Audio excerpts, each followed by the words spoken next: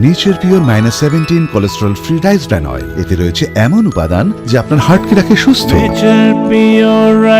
আপনার হৃদয় সত্যিকারের বন্ধু। মালদহের গাজলে চাকরি পাইয়ে দেওয়ার নাম করে লক্ষাধিক টাকা নেওয়ার অভিযোগ, যা কেন্দ্র করে উত্তেজনা ছড়ালো এলাকায়। টাকা ফেরতের দাবিতে প্রাক্তন বিধায়ক ও তৃণমূল নেতা সুশীল রায়কে কিষাণ মান্ডিতে ঘিরে বিক্ষোভ দেখান। বেশ কিছু বছর আগে প্রাথমিক বিদ্যালয়ে চাকরি দেওয়ার আশ্বাসে তাদের কাছ থেকে টাকা নেওয়া হয়েছিল বলে অভিযোগ বিক্ষোভকারীদের। দীর্ঘদিন পরেও চাকরি না মেলায় টাকা ফেরতের দাবিতে সরব হন। চাকরি প্রার্থীর পরিবারের দাবি, বেশ কিছু বছর আগে চাকরি দেওয়ার নাম করে টাকা দেওয়া হয়েছিল, কিন্তু পরে চাকরি হয়নি, টাকা ফেরত দেয়নি। বিভিন্ন সময় বাড়িতে গিয়েও টাকা পাওয়া যায়নি, টালবাহানা করে, সেজন্য এদিন ওই টাকা চাওয়া হয়। পরিস্থিতি উত্তপ্ত হয়ে ওঠে। পরে গাজল থানার পুলিশ গিয়ে পরিস্থিতি নিয়ন্ত্রণে আনে, যদিও প্রাক্তন বিধায়ক অভিযোগ অস্বীকার করেন। তার দাবি, আমি তখন বিধায়ক ছিলাম, আমার নাম করে তৃণমূলের লোক টাকা তুলেছে, টাকা উঠিয়ে দেওয়ার দায়িত্ব নিয়েছিলাম, সেজন্য আজ এমন ঘটনা ঘটে। আমি এনাদের কাছ থেকে টাকা নেইনি। টাকাও নেই দাদা, এইটুকু আমার নাম আছে। তো আজকে ওরা হঠাৎ করে বলছে টাকাটা তো আপনি জমা নিয়েছিলেন। তাহলে হ্যাঁ, নিয়েছিলাম জমা, কিন্তু আমি টাকাটা উঠাতে পারিনি। এই করে ঝামেলা, লোকজন আসলো, বলছে টাকা আপনাকেই দিতে হবে।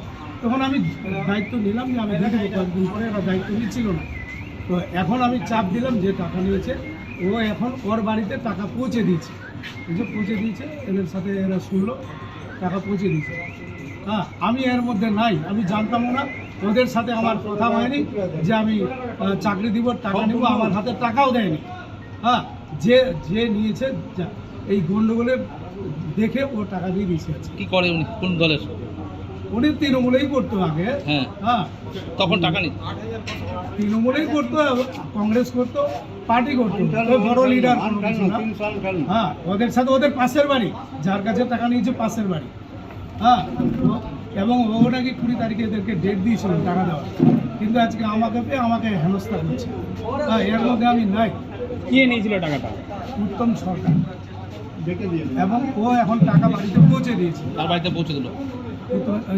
ওর বাড়ি, যার কাছে টাকা নিয়েছে। যে অভিযোগ করছে যে টাকা নিয়েছে, ওর নাম কি? রঞ্জিত ঘোষ আর কি যতন ঘোষ, রঞ্জিত ঘোষ, এক জায়গায় বাড়ি। ওরা ভাই? হ্যাঁ, ওরা ভাই। আপনাকে মেডেল থেকে ধরছে? আমাকে ওই যে ওরা টাকা নিয়েছিল, আমার কাছে এসেছিল, যেরকম টাকা দিয়েছি, তো আমি বললাম টাকা তো আমি জানি না দাদা, বলছে আপনার কথা বলে নিয়েছে। বললাম ঠিক আছে, আমি এমএলএ, আমার কথা বলে সবাই নেবে। তো আমি কিন্তু জানি না, তারপরে উঠে দেওয়ার দায়িত্ব দিয়েছিলাম। এই বলছি যে এখানে 2000 টাকা নিয়েছিল, ওই জন্য একটু ঝামেলা। কে চাকরি দেওয়ার জন্য টাকা? কে উনি? কে এমএলএ? প্রাক্তন নাকি? হ্যাঁ, প্রাক্তন। কোন দলে? মানে তৃণমূলের। হ্যাঁ, দিবে টাকা নিয়েছে। হ্যাঁ, কত টাকা? 1.5 লাখ। কার চাকরি? আমার ছেলে। কি নাম আপনার ছেলের? বিক্রম ঘোষ। কিসে চাকরি দিয়ে বলেছিল? Primary school.